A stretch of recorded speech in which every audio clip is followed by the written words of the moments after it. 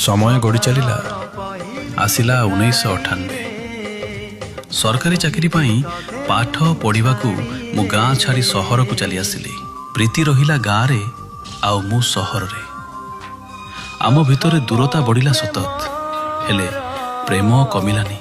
माध्यम से गोटे चिठी। छुट्टी हेले मु गाँ को दौड़ी आसे। प्रीति भी विभिन्न बाहाना करी आंब तोटा मूल को आसे टिके गपिबा पाई। मने अछि से गरम दिनर राति गाँवर समस्ते जेतेबेले छात उपरे सोई जांती आमे दूररू दुहें दुहें को देखुथाउ आउ आखिरे आखिरे अजस्र कथा हेउथाउ। सांगमानंक बाहाघर रे प्रीति जेतेबेले भारी सजेई होई आसे सेतेबेले से धीरे करी पचारे, आमे केबे बाहा हेबा? मु ताठू दूर रे रहुथली सतत, किंतु आम प्रेम